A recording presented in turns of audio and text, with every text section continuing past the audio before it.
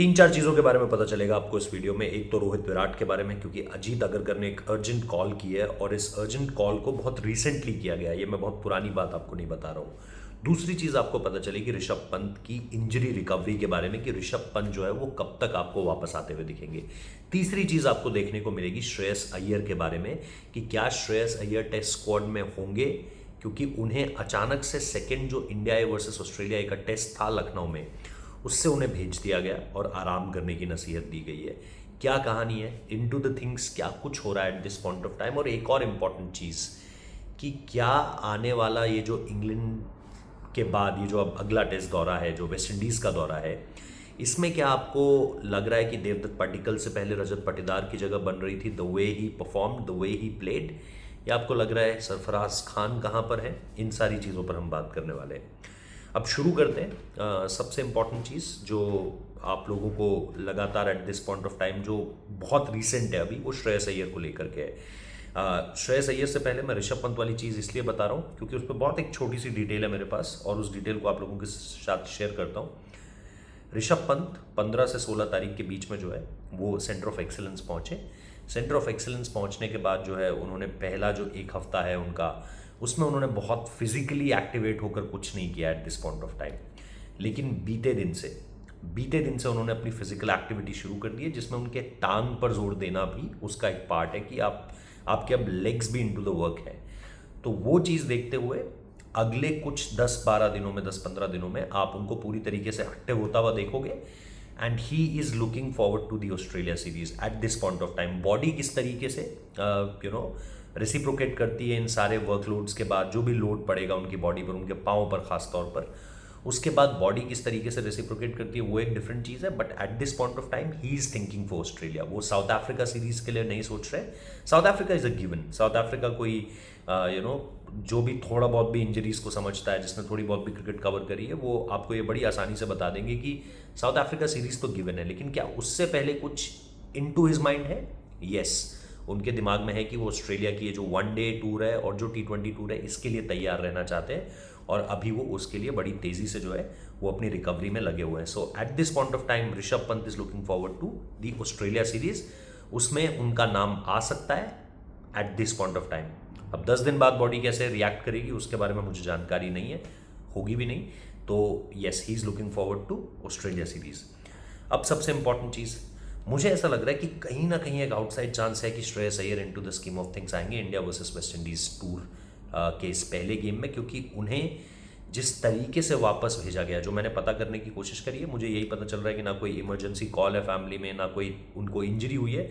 It was just from the rest point of view, कि उनको rest दिया जाना चाहिए था।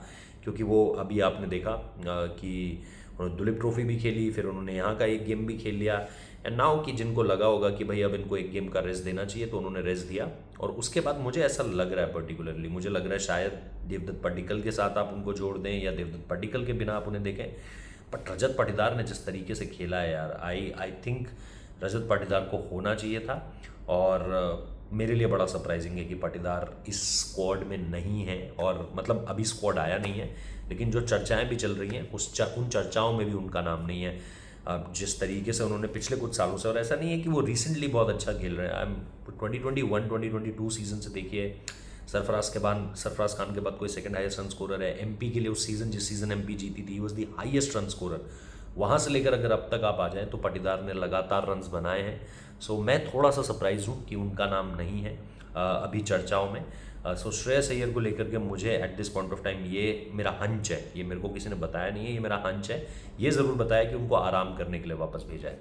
तीसरी चीज़, हाल फिलहाल के समय में, मतलब बहुत ज़्यादा दिन पहले की बात नहीं है, अगरकर ने विराट कोहली से बात करी, और अगरकर को विराट कोहली से बात कर यही जानना था कि भाई आपके फ्यूचर प्लान्स क्या हैं। क्योंकि कहीं ना कहीं मैनेजमेंट में ये एक बात चल रही है कि यार पता नहीं चल पा रहा है विराट के बारे में, कि विराट क्या कर रहे हैं, क्या खेलेंगे, क्या वो इंडिया एक ले आ रहे हैं कि नहीं आ रहे हैं। रोहित के सामने भी इन्होंने ये बात रखी थी कि क्या आप इंडिया एक खेलेंगे, रोहित ने इंटरेस्ट नहीं दिखाया।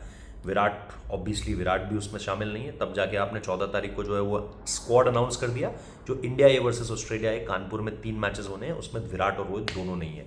सो दोनों से ये पूछा जाना था। थोड़ी सी नाराज़गी भी है कि विराट के बारे में हमारे पास कोई जानकारी नहीं है, और वो अगरकर ने उनको बोला भी, जब विराट ने उनको एक स्पेसिफिक टाइम बताया कि भाई मैं इस तारीख के बाद तक आपको कुछ अवेलेबिलिटी के बारे में बता पाऊंगा। हालांकि इसको मैं ऐसे नहीं देख रहा हूँ कि इसका मतलब विराट कोहली ऑस्ट्रेलिया टूर पर नहीं होंगे, लेकिन कहीं ना कहीं विराट ने उन्हें एक टाइम फ्रेम दिया है, और अगरकर ने भी उनको कहा है कि ठीक है, मैं आगे लोगों से पूछ कर आपसे बात करता हूँ, जो इंपॉर्टेंट मेंबर्स हैं, टीम मैनेजमेंट के मेंबर्स, बीसीसीआई के टॉप ऑफिशियल्स, उनसे मैं बात करके आप पर वापस लौटता हूँ। लेकिन उनको इस बात की नाराज़गी थी कि बात नहीं हो पा रही है, कुछ पता नहीं चल पा रहा है कि क्या प्लानिंग है क्या नहीं। रोहित को लेकर के भी उनको था कि रोहित शायद खेले, लेकिन रोहित ने इंटरेस्ट नहीं दिखाया, तो वो चीज़ भी मेरे हिसाब से अच्छी नहीं गई होगी कि यार हम चाहते थे आप लोग खेलो, आपने चैंपियंस ट्रॉफी के बाद कुछ भी इंटरनेशनल नहीं खेला है, आईपीएल खेले उसके बाद भी पिछले 3 महीने से कुछ नहीं खेला है। सो वो एक पॉइंट ऑफ कंसर्न था eight this point of time.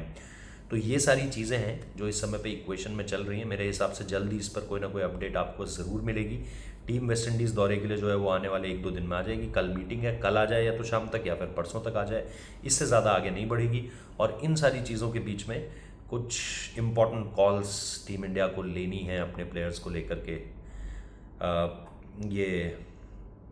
ये जुड़ी हुई होंगी आपके बल्लेबाजों से, तो देखते हैं क्या होता है। Thank you so much for watching. Like share subscribe करना मत भूलिए।